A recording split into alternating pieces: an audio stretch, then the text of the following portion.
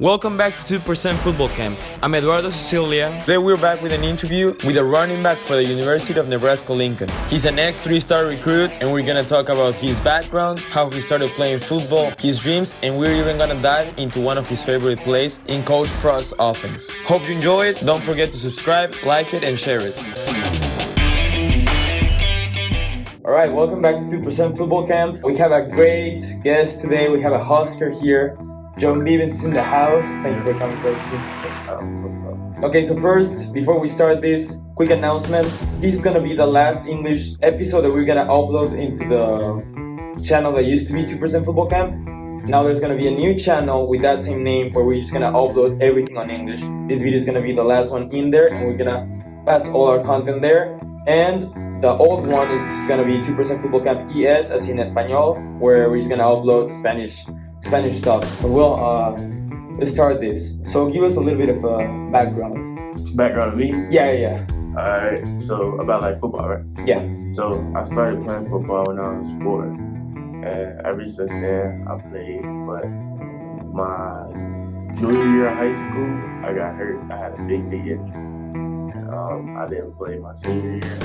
And I'm sitting out my freshman year here. But yeah, that's pretty much it. I've been playing for about 14 to 15 years, somewhere around there. When I was in 7th and 8th grade, I played on a traveling team. And like we traveled all over the world. We just played in like tournaments and stuff. And it was pretty fun. Had a good childhood with football. Okay, so you started playing since you were 4. We know there's a lot of athletes out there that play multiple sports. Why football? Yeah, it was really just my first love. I played other sports, but like the only really sport that really brought me joy, like football did, was basketball. And like, I don't know, I just felt like football, I was way better at football than I was at basketball. I'm still a bucket though, but you know. I mean, for me, the aspect that I love the most is just the team, like in the locker room or the bus rides and all that. What's your favorite aspect of the game? Just the bonds that you get with the players and stuff that you play with. Really, that stuff lasts like a lifetime. Even after football, you still have that bond. That's one of the best things I like about it. Right, so I mean, you talked about your injury. We know you were a 3-star recruit. You had offers from Toledo, here, USC. So when that injury happens, what's going on through your mind? Really just to get back to where I was. Really wasn't. I didn't feel sorry for myself. You can't do that. Really just to get back where I was. Really. Talking about college, and we were talking about teams and all that. Why Nebraska? Nebraska was really one of the schools that I still had offers from after my injury. But they stayed with me through the whole process. Coach Hill always called and make sure that I was good, make sure I was doing what I needed to be doing, stuff like that. This was one of the schools that I still had offers from that I liked. So pretty much loyalty. How much do you value loyalty? Obviously here in the team, but in general in your life. Loyalty is one of the biggest things. I'll take loyalty over love because I know that if you're loyal, that love's gonna come. Relationship-wise, anything loyalty is the most key. Yeah, I definitely agree. I believe that loyalty over love is a thing because people who love you, because you're gonna get a lot of fake love, especially D1 athlete and all this stuff. Yeah, I see. But they won't. Yeah, but they won't tell you when you're messing up. Yeah. Someone who's loyal, they're gonna tell you hey bro, keep at it or do this or do that. Fake love is just always gonna be there, and they will support any of your decisions. Yeah, that's true though. I've seen it so many times. Even through high school, it'll just be people that just suck up to you just for just to be your friend and stuff like that. It's crazy. Right. I mean, coming back to the circle of success. Have you heard about that? It's a little theory about the 6 or 7 people who you surround and spend most time with is who you're gonna become. So coming back to your injury, we know even though you were off from here, now you're walking, you're a walk-on. But that for me is a testament of how bad someone wants it.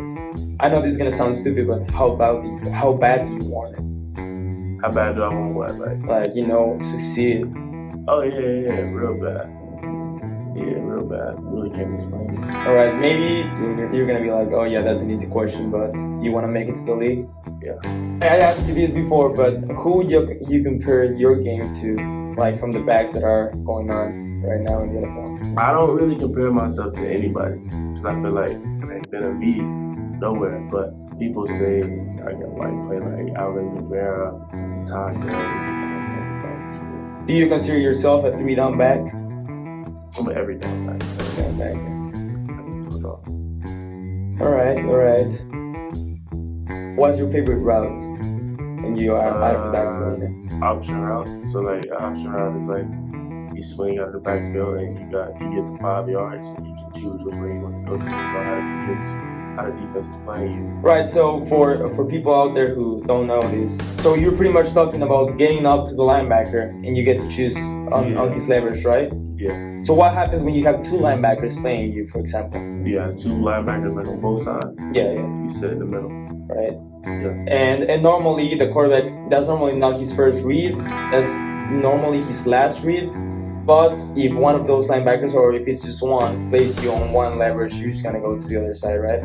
Right. Do you like pass protection? That's one of the things that running backs don't really like nowadays. I mean, it's not really a thing that you like to do. It's just like something that you have to. You gotta want to do it because like if you don't want to do it when you have to do it, you're not gonna be good at it. Right. Now coming back a little bit to, it can be either your childhood or right now. Who do you consider was a mentor or is a mentor that's really important for you as a development as a person, not only as a player? I would say like the coaches that I had, like my dad and stuff, they really played a big part of my life. They just pushed me a different type of way, and it was the way that I needed to be pushed. So yeah, probably my coaches and my dad. We always talk about football being more important, or like, it goes way beyond the field. What's the biggest lesson you have learned from the sport? Like off the field lesson? Yes. I really can't even say because there's so many things that football can teach you. Like it teaches you discipline, it teaches you how to be like a team player, it teaches you how to make bonds with people, it teaches you so many different things. It's just crazy. Yeah, that's the thing. They call football the ultimate team sport for a reason. It's just so many moving pieces. I feel like even in basketball, where it's 5-on-5, if you're really great at it, you can take over the game. But in football, if you're a running back, you can't really produce if you don't have a good all-lineman or a quarterback, There's cases, we've seen it in the NFL. Great running backs where they just get the box stacked. They get another safety because the quarterback's not really that good. They don't fear the pass. So yeah, I believe all those components teach you a lot of things that you can take with you for the rest of your life. Where do you see yourself in 5 years? In 5 years? That's hard, but if I was to say what I think in my mind would be the NFL, going into my maybe first or second year. So obviously, everyone's shooting for, getting selected first round. Obviously, that's, top goals. Obviously, I wish you that, and I believe you can do that. But in case that wouldn't happen, worst case scenario, we've seen a lot of undrafted people, undrafted rookies that go on and make impact on the league. Would you still be willing to do that no matter what? Oh yeah. It doesn't really matter. Like if you know what you can do, it doesn't really matter what round you go because like all you need is opportunity. If you know what you can do, you know what you can do. That's one thing, when you get the opportunity, sometimes people take it for granted. But when you execute on it, that's when you can turn heads. It doesn't matter, like at the end of the day, think about it. When a coach is evaluating prospects and talent, they don't care who you are. If you're executing in the field, that's awesome. I think that's a great quote of yours. Talking back about like the NFL, if you had to choose, like if you could choose, which team would be like your go-to, your dream? See, that's hard. Like for me personally, I would pick a team that's like in a big city because like I like big cities. But I also like want to play at home, but like people that I know can like come to the games and stuff. But they still be able to come to the game. But you know what I mean? Like it's the hometown hero type feeling. Right. That thing. But if I had to choose, like LA Rams, because the funny thing is, Tim McVay. Sean McVay, Sean McVay, yeah. His dad's name is Tim McVay, and he went to my he went to my school. We played at the high school. Oh, that's crazy. Yeah. Do you like his system? Like, do you like Sean McVay's system? I mean, yeah. He was a good program. Which is your favorite offense to watch? Like when you're just watching NFL football? Oh, the Ravens and the Chiefs, 100%. Yeah, explosive offenses. You know, one of the best three. Both of them, Mahomes and Jackson, probably top 3 quarterbacks in the league. So yeah, that's pretty interesting always. Yeah. But what about the Steelers though? My boy here is also a Steelers fan, so would you like to play I there? am a Steelers fan, but look, yeah, I would like to play in Steel City. Cause like, it's just the team that I grew up liking. That's another team that I would like to play for. That's why I said there's so many like many options. Yeah. Wait, how did you start as a Steelers fan? How did I start as a Steelers fan? Yeah. My mom and my dad is Steelers fans, so like, I just grew in it. Yeah, same thing for me. I was literally born because of it. My parents were like, yeah, we were losing on a game, so you know. Yeah, first thing I saw when I was a baby, me watching a game. So September 24th is coming up. Yeah, September, right? Or October. Yeah, my bad. So October 24th is coming. First game of the season. There's a lot of things going on throughout the whole year. You guys were like, oh, we have a season, now we don't. First, before we talk about the season, what was like the process in the team? I'm like, are we gonna play? Are we not gonna play? Well, really, we was always thinking like, we always think the worst, just to not get your hopes up and keep thinking like, oh, we're gonna play, and then we end up not having a season. So we was thinking like, we wasn't gonna have a season, and we was just it was gonna be like a long off season type thing, just to get bigger and stronger and faster, stuff like that. When we found out that like, when we had to stop practicing and stuff, we was kind of upset because like, we just felt like we was just practicing and working hard. We had just started fall camp.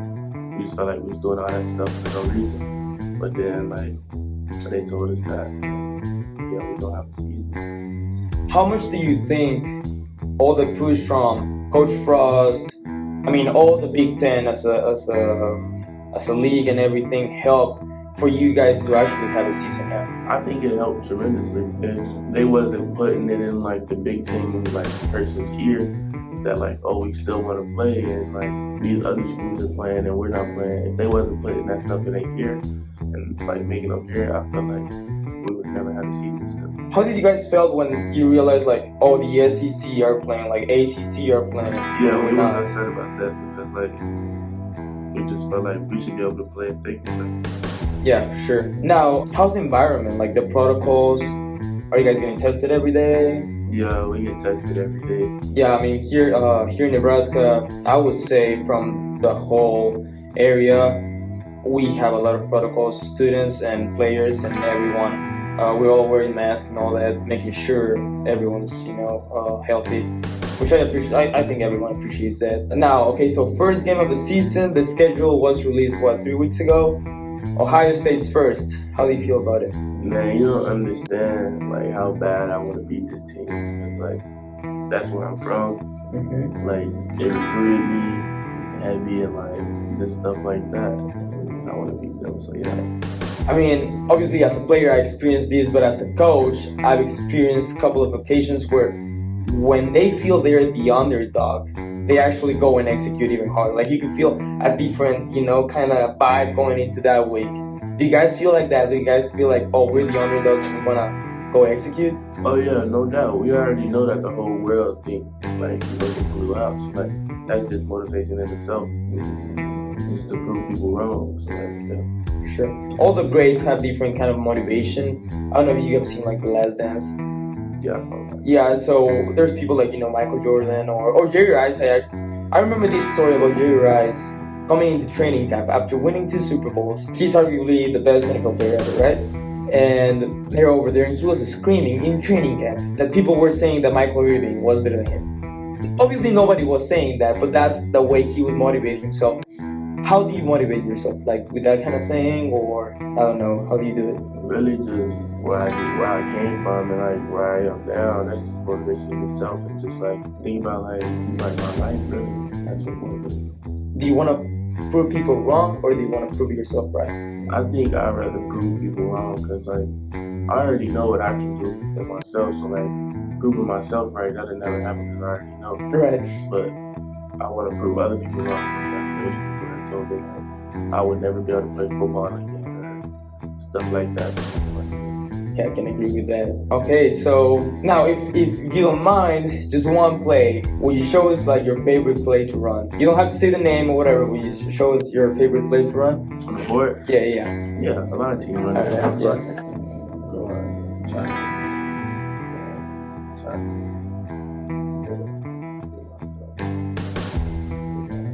Slide here. Can you still see that? Yeah, you got it. Yeah, we got a wide receiver.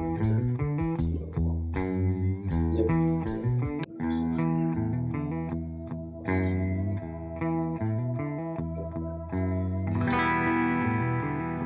Yes, sir. Little star over there. Alright. Read it. It's usually it's going to hit this gap, this gap, and this gap. Depending on like what the defense. So like these people are blocking that. Basically. So like this person in this gap or defense in this gap will be blocking that. But even if they get up, just drop. So then I have to be like Alright, so for us to be able to talk in English, I know what you're saying, but like for the viewers, okay, so we got a max formation or double twins, you know, yeah. Out of the shotgun. So you're running an inside zone? Yeah, this is Alright, inside zone. And let's say you're playing against a 4-3 front. So probably the wheel's gonna be over here because you know they play nickel and whatever all the time. And so if Johnny is in the game, they're probably gonna stack that box, right? So they're probably gonna bring that strong safety over here. So what's your read key over there? Well, they brought the safety right here. Yeah, they're bringing them. Yeah, he's bringing to the box. Well, my quarterback will probably audible it, but if he did audible it, well, in our offense is always a read, anyways. So like he's always reading his he's always reading The end, the read option. Yeah, but it's basically read option, but it's always a read. Like it could be inside zone, but the quarterback always knows to still read it. I'm giving out too much. So yeah, we know Coach Frost is a big like spread offense kind of guy, RPO kind of guy. So just to keep it simple, not say a lot. If it was inside zone, you guys are just blocking that way, trying to push people out, right? Yeah. So in this case, if this defense was set up like this, he will go to him. He will probably go to him. That's right over here. Then he goes second level. Yeah. And yeah, if he comes down here, he would come second level. Right. So you're going A gap to B gap or B gap to A gap? What's your read over there? I would go B to A because like I'm trying to set him up because he is the person that really I got to be because he is gonna take him out on the route or something to get the safety out the pot. So I really gotta beat this man right here, which is the Packer. So I would probably set him up like push this gap and then the cutback. Yeah, cut it back. Push this gap on and that's it here. But he's gonna have to play off of me. So I know that he's playing off of me. So I know that I got him thinking which way I'm gonna go. Right, so that's one thing running backs struggle with. Like they just see the hole, like daylight, they just hit it real fast, and that linebacker just come out there. Yeah. How do you manipulate the backers? Like with your eyes, with your feet? What do you do to play with him? Well, really, he can't really see. Would you come this way a little bit? Yeah, he can't really see your eyes, but he probably can. But I just really do head fakes and like just like my whole body, just like have my body like going this way and then just make a weird cut, not even weird cut, just like a cut that you wouldn't see like a normal person do because like some people would just like do a head fake and just go back that way, but you like get your whole body turned here and then push back here. Right. Okay, so we talked about NFL running backs and whatever. There's a couple, Derrick Henrys of the world, Ezekiel Elliott's, that they just like the one-on-one on the gap kind of thing, where you're gonna try to ram people over. And there's, the Camaras and Saquons and whatever, where they like, a lot of space to be shifty. What do you like better? I think I like space because like you can manipulate people in space and you can think of this way like that. Run them over, you can be a Derrick Henry or see from one of those type of backs, even when you're in space. So like, I just feel like the space gives you more options. Right. Good stuff. Well, what do you think you have learned through all this path? You know, like you said, from zero to hero, you can say it like that. All this path to get to the point where you're at. What do you think I'm learning? Yeah. Like in football? In life, I mean, football is life, pretty much. I could go on and on about all the things that I've learned, really, but I would say the biggest thing I've learned is to really be patient and like trust God in everything you do. Cause like with the injury and stuff, it was long. It was a long process. Yeah, it was a long recovery process, and like everything just felt like 15 years, and it was really like too much, stuff like that. So it's just really just be patient, really just trusting God. With your knowledge from today, if you could look at yourself when you were like 10 years old, what would you say to yourself? Really, just keep doing you, just keep being you, really. So stay true to yourself, right? Yeah, stay true to yourself. Okay. Well, before we close it off, one message you have to kids out there and Husker Nation. One message I got to kids out there is keep being you, keep doing your thing, keep working hard, stay in the weight room, stay on school, stay on school time. And to Husker Nation, just be ready for exciting year and years to come. Hey, go Big Red, right? Yeah, go Big Red. Hey, really appreciated you being here, for sure. Lovely interview. Mascot. Well, mascot, yeah. That's another episode of 2% Football Camp. Once again, I'm Eduardo Sicilia, and our special guest right here was John Bivens. Yep. See ya.